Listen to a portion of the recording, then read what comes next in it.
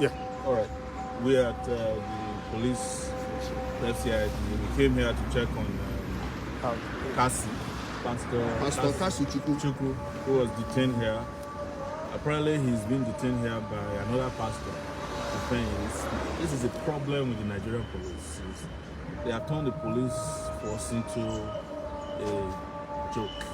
Somebody can just call a DIG or a CP or an ACP and get somebody detained.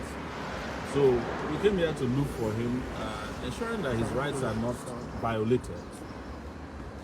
And when we got here, of course, the moment they saw me, they started making calls. Now they said I cannot see him. We even went and bought food, so that we can give to him. They said we can't give him the food after they made all their contacts. We just want to report back that we haven't been able to see Kassy Chukwu. When this case was brought to my attention, I was told that it was a case of that was politically motivated, and that's why I was asking for the details. But when I got here, I discovered that it's one of those very despicable cases where people are just thrown into detention because they have connection. And I can't stand, whether you are a pastor, you are a senior police officer, a politician, just deploy the police to detain people without charges. It was brought from Benin. No charges preferred against him up to now. Hold this food. Let them be seeing this thing. Like I don't know Kassy before. I'm not interested in the local politics of why he was detained. But it's despicable that anybody in Nigeria will be detained, in a police facility because of connections of other pastors, politicians, all of them. As you can see, we detained at the FCID here in Abuja. This is the headquarters. I was detained here before myself for reasons that were peculiar to this. The government said I participated in a peaceful protest. So some incidents took place here from when you arrived. Yes. What was the atmosphere like? Well, when I first arrived, of course, I know that they got a little bit alarmed that I'm here. But one of the police officers who would reveal his identity started speaking in his local language that if I'm allowed to go inside the place, they will be in trouble, and that the person who allows me in should take responsibility for allowing me to see Kassy. This is what they do when they have something to hide. Then later on, they reached out to us and said, if we have food to give to him, we should come and buy food. We went out and brought this food. I was able to take it in to him because I heard he hasn't eaten for a long time. He has not been granted access to his family members. They're all in the mood. We brought food and they are called more of their bosses.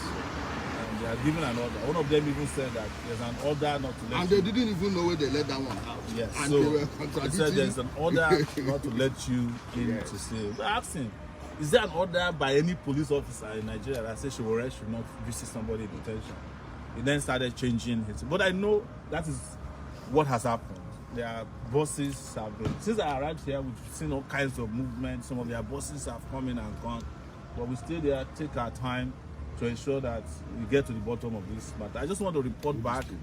I just want to report back to you guys that I have done what is necessary to reach Kassy Chukwu, the pastor who has been at this point illegally detained at the SCID here in Abuja. And let me add something. Yes. Our brother Omoyele Sowore, as you know him, he doesn't know Kassy. Because I know soon they will say that it's because of election or one thing. No. I am the one that I directed people to contact him to make sure that he gets involved in details because I know what he can do. He always stands for the truth. We may have our own differences everywhere, but the truth means that he is the only fighter these people fear in Nigeria. Because if he's someone they could have compromised, I believe they would have just let him go and sort out themselves at the back. And I want to thank you so much, my brother. No problem. For everything, for being there for us and for being there for the next period and for not allowing people to use the power of the state. And it's just to say it, regardless of who is involved, I will stand up for anybody that's legally detained or anybody who is abusing power in the course of their duties. A police officer, an army officer, customs, immigration, civil defense, they are all existing at the mercy of the public, taxpayers, and they have no right to abuse their powers. I have been a victim of police attack. Many times I've been unjustly detained, and I know what they do when people don't have families, they don't have relatives, or when they have connections. You know, I have been able to pull out people here who were detained by what's this guy called? Several of the billionaires. Yes, Emeka for sorry. Pastor Suleiman, when he detained Israel Good News here, we got him out. So this is not different for me. So we'll keep following up and ensure that he's not detained beyond a reasonable period as allowed by the law, which they have already violated. But it's their own interest to also release him immediately. That's my request. So then we'll take it from there.